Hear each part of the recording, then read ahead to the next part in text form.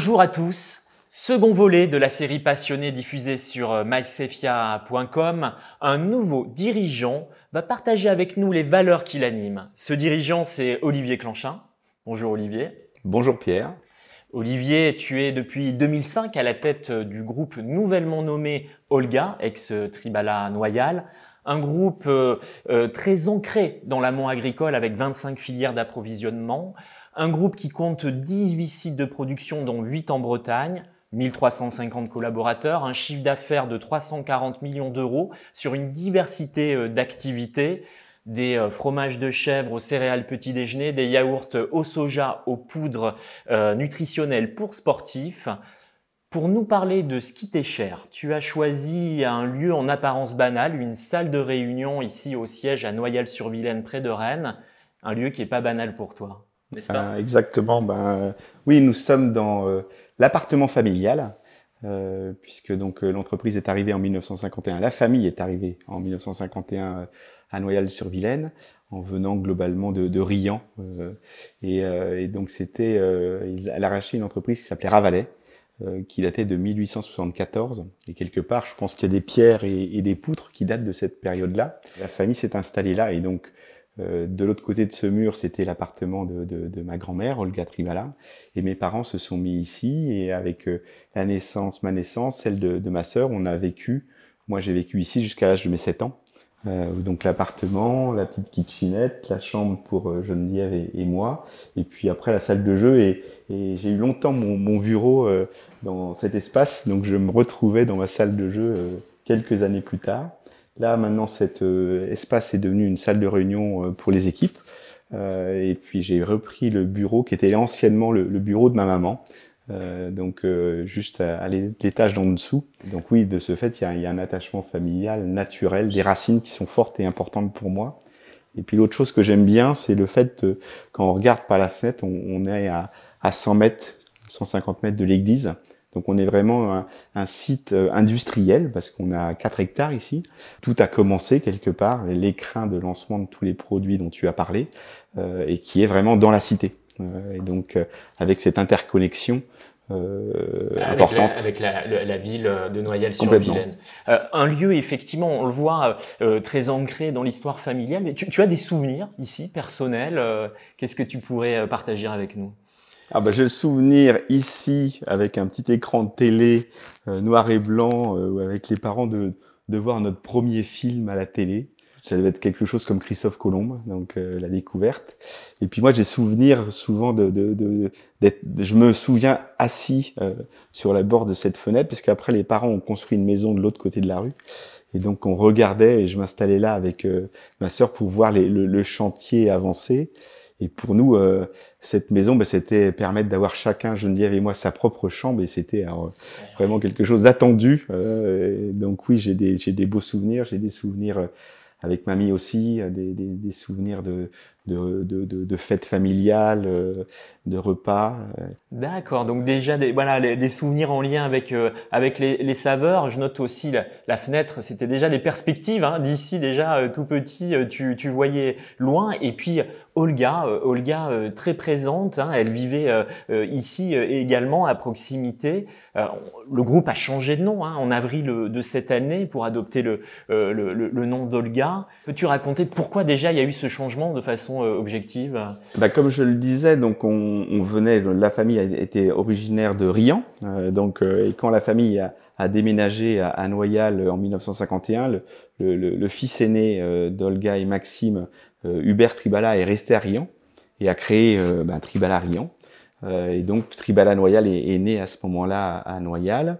Malheureusement, le Maxime, donc le mari de Olga, est décédé rapidement après dans un accident de voiture, et donc c'est là que Olga a décidé de poursuivre l'aventure en étant seule, accompagnée par ses enfants pour pouvoir développer Tribala Noyal.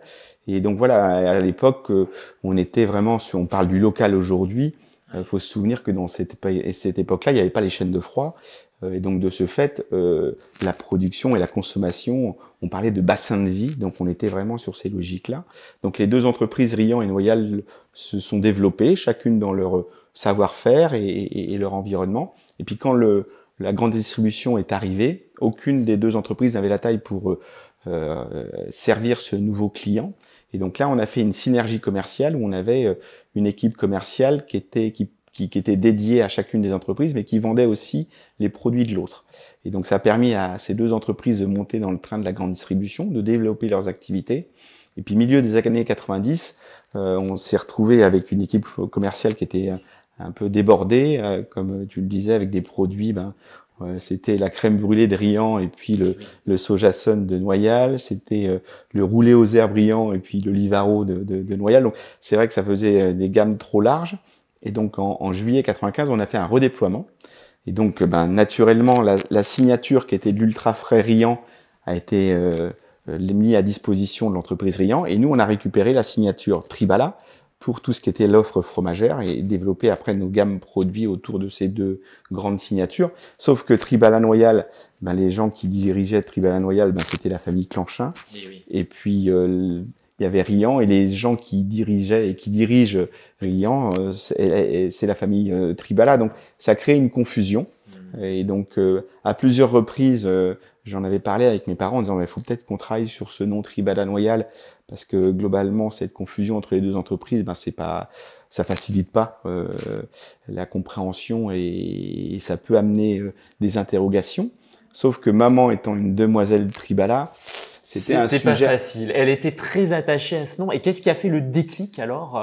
Ce qui a fait le déclic, c'est que justement en pleine période Covid, avec les équipes, on était vraiment quand même dans le dur. On a vécu des périodes très difficiles. Donc on s'est dit, on va regarder en 2035 pour regarder loin, et puis en impliquant le plus de collaborateurs possible dans cet exercice de vision, où un certain nombre d'entre eux sont levés la main en disant tiens, il y a des champs d'exploration qui m'intéressent. Donc il y a eu 6 groupes d'exploration qui sont partis sur différentes thématiques, et puis tous les 4-5 mois, on se retrouvait entre nous pour regarder un petit peu les différents sujets qui avaient été étudiés, les réflexions que ça pouvait amener au collectif. Un certain nombre d'experts extérieurs sont venus aussi pour nous éveiller, pour nous interpeller autour de la RSE, autour de l'environnement, autour de la nutrition, autour des filières. Donc on a pu faire ce travail de fond, et je me souviens, c'était en février 2021, une énergie de jour, on était 80, et puis on était en train de construire et d'imaginer ce Tribala Noyal 2035, et en conclusion, lancé sur cette énergie, je me suis dit mais en 2035, ça s'appellera plus Tribala Noyal, évidemment, et donc j'ai fait part du fait que c'était un sujet que j'avais plusieurs fois abordé, mais qui était difficile et que j'avais besoin d'aide. Et en disant, s'il y a quelques personnes dans la salle qui sont motivées pour me donner un coup de main, elles sont les bienvenues. Et donc, il y a 7 personnes qui ont levé la main. Donc, on s'est retrouvés en mars 2021 ici, là, dans cette pièce, autour de cette table. On était entre nous, ce petit collectif de 8 personnes, où on a vraiment posé aussi, c'était quoi, pourquoi les gens avaient levé la main pour travailler sur cette thématique, qu'est-ce qu'elles avaient envie de vivre, qu'est-ce qu'elles ne voulaient pas vivre, de quoi elles avaient envie, de quoi elles avaient peur.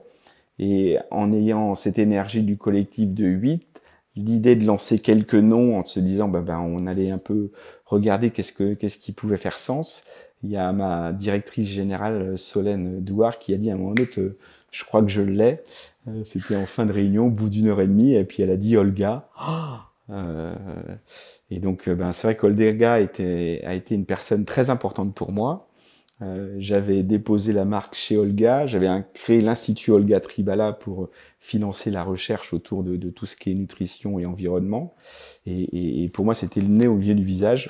L'évidence. L'évidence. Maman était très inquiète de ce changement de nom. C'était quelque chose, elle m'avait dit, je peux pas m'opposer à ce que tu travailles sur ce sujet-là, mais me compte pas sur moi pour abonder dans ce changement de nom, parce que c'était quelque part, on touchait à son histoire. J'avais qu'une seule envie, c'était traverser la rue et rejoindre maman. Et donc, c'est ce que j'ai fait. Et puis, je suis arrivé à la maison. Et puis, je dis à maman, ça y est, on l'a. Elle dit, quoi? Je dis, le nouveau nom. Alors, elle était... et puis, je lui dis Olga. Et puis, voilà, il y a une formidable émotion pour elle et pour moi. On s'est pris dans les bras. et voilà, c'était une évidence, Wow. une évidence. Ouais. Et ben vraiment, effectivement, un nouveau nom choisi avec beaucoup d'émotions et puis des valeurs. Parce que Olga, elle représente quoi à la fois pour toi et puis maintenant pour le groupe? Qu'est-ce que ça veut dire concrètement? Alors c'est marrant parce que justement après, donc ça on était en mars 2021, donc on s'est dit on va cheminer, voir déjà si on peut s'appeler Olga, si la marque n'est pas déposée. Bon, il y a eu tout un travail. Après, c'était travaillé sur le logo, donc on a pris le temps de le faire. Et donc en juin 2021, j'ai annoncé malgré tout aux collaborateurs le nouveau nom. Et donc là, on a fait une petite vidéo avec il y a 4 lettres, Olga, et donc maman était présente avec mes 3 enfants, et j'ai dit à ma femme, tiens, je devais être en déplacement, et fais un petit film on va prendre les 4 lettres là, Olga, et puis un petit film où tu vois maman, Mathieu, Bastien et Emma présenter les lettres, et puis ce sera l'annonce à l'ensemble des collaborateurs, puisque ça se fait dans le cadre de la Saint-Jean. On fait une fête tous les ans fin juin on réunit tous les collaborateurs. Maman à ce moment-là a pris la parole, donc elle disait qu'elle pouvait pas cautionner, mais là elle cautionnait à 200%. Et justement elle a parlé d'Olga, des valeurs d'Olga. Et elle utilisé un mot qui est peu courant aujourd'hui, en disant que Olga ça représentait la vaillance. Et je trouve que ça représente bien mamie sur cette logique d'engagement, sur cette logique du courage. Quoi, se dire que en 55, son mari décède, elle a 50 ans, elle dit on continue l'aventure. C'était vraiment. On fait preuve d'abnégation quand on est vaillant. Oui, complètement. C'est ça. Et puis après, derrière Olga, il y a beaucoup de respect, beaucoup d'optimisme. Donc Jean, Fanfan, Olga et moi. Et c'est vrai que moi j'ai eu la chance d'avoir cette personne à mes côtés qui, mes parents étant très pris par l'entreprise, c'était un peu une seconde maman pour moi et ma sœur, et donc elle a été très proche de moi et très inspiratrice de. Elle m'a beaucoup inspiré, elle m'a beaucoup accompagné, elle m'a fait grandir et mon couple aussi et tout. Donc c'était quelqu'un de très humain et de très attaché aux gens aussi. Oui. Ce changement de nom, ces valeurs transmises par Olga, c'est aussi l'occasion, l'opportunité d'un changement dans l'organisation du groupe. Sur le plan humain, justement, qu'est-ce qui change? On a bien vu qu'il fallait que, globalement, on se réorganise, on s'adapte, on retrouve une certaine agilité qu'on avait pu perdre quelque part en grandissant. Il y avait cette logique du multi chez Tribala. On était multi, entre guillemets, multi-filière, multi-métier, multi-marché, multi-marque. Ce qui nous permettait d'avoir un champ des possibles en innovation très fort. Par contre, ce qui pouvait à certains moments amener une complexité, avec une structure qui était somme toute très pyramidale quelque part. Et donc là, avec Solène, on a fait le choix de se dire il faut qu'on trouve une organisation qui soit beaucoup moins verticale, qui se mette dans une logique d'horizontalité et un découpage d'activités pour amener des prises de décision au plus proche du terrain. Et donc c'est là qu'on a pris la démarche du avec pour de vrai. Donc c'est la logique la collaboration avec, ça veut dire que chacun prend sa part, et pour de vrai parce qu'on veut être dans l'authenticité, dans la capacité de pouvoir se dire les choses. Donc c'est tout ce chemin-là qu'on était en train de faire, qui ça a fait sens avec cette évolution d'organisation, avec ce travail de vision à 2035, avec ce nouveau nom, et puis avec les crises qu'on traverse depuis 3 ans. Ça a plutôt renforcé nos racines. Et puis, quelque part, j'aime bien dire la racine et des ailes. Donc, on a bien nourri nos racines, ce terreau fertile qu'était Tribala Noyal et devenir Olga, et puis nous donner des ailes pour voir plus loin et puis se réinventer dans nos modes de fonctionnement et dans notre capacité à faire du business. Et tu disais faire avec. Tout à l'heure, j'ai noté une expression aussi qui est peut-être parfois, qui est pas si fréquente dans la bouche d'un dirigeant. Tu as dit, je peux avoir besoin d'aide en fait. C'est aussi le fruit d'une métamorphose personnelle. Complètement. Et t'as raison parce que moi, dans mon parcours de nouvelle génération, on est un peu dans un schéma où longtemps je me suis dit si je veux pouvoir prendre la suite de mes parents, il faut que je sois présent, il faut que je sois capable de tout connaître de l'entreprise et que je sois capable de répondre à toutes les questions et quelque part que je sois à même de prendre toutes les décisions. Et donc pour moi, le fait de demander de l'aide, c'était presque montrer un peu de fragilité sauf que et ça c'est comme tu dis, c'est un travail sur soi pour se dire oui, je peux être vulnérable et je peux douter et c'est peut-être rassurant pour les équipes d'avoir un dirigeant qui s'interroge et qui peut dire à certains moments, je peux demander de l'aide. Et c'est certain que cette logique de fonctionnement aujourd'hui, je l'assume à 200% dans l'entreprise. Moi, j'aime dire aujourd'hui ce que je recherche dans mon quotidien, c'est de la légèreté et de la profondeur. On comprend mieux la nouvelle raison d'être du groupe, être source de vie pour les hommes et la planète. Alors, comment ça se concrétise dans l'actualité récente, soit en termes d'innovation ou en termes d'investissement? Pour moi, être source c'est d'être capable d'amener quelque chose, être dans une capacité de création. Donc moi, mon premier métier, c'est l'alimentation. J'aime dire qu'on est l'industrie de la vie et qu'une entreprise comme Olga, comme beaucoup d'entreprises de l'agroalimentaire, notre raison d'être là, c'est de pouvoir donner de la vie au produit. Parce qu'un produit agricole, généralement, une fois qu'il est produit, il a une durée de vie limitée et que l'industrie, les process peuvent permettre d'augmenter ce durée de vie au produit et donc peut permettre de rendre ce produit beaucoup plus accessible.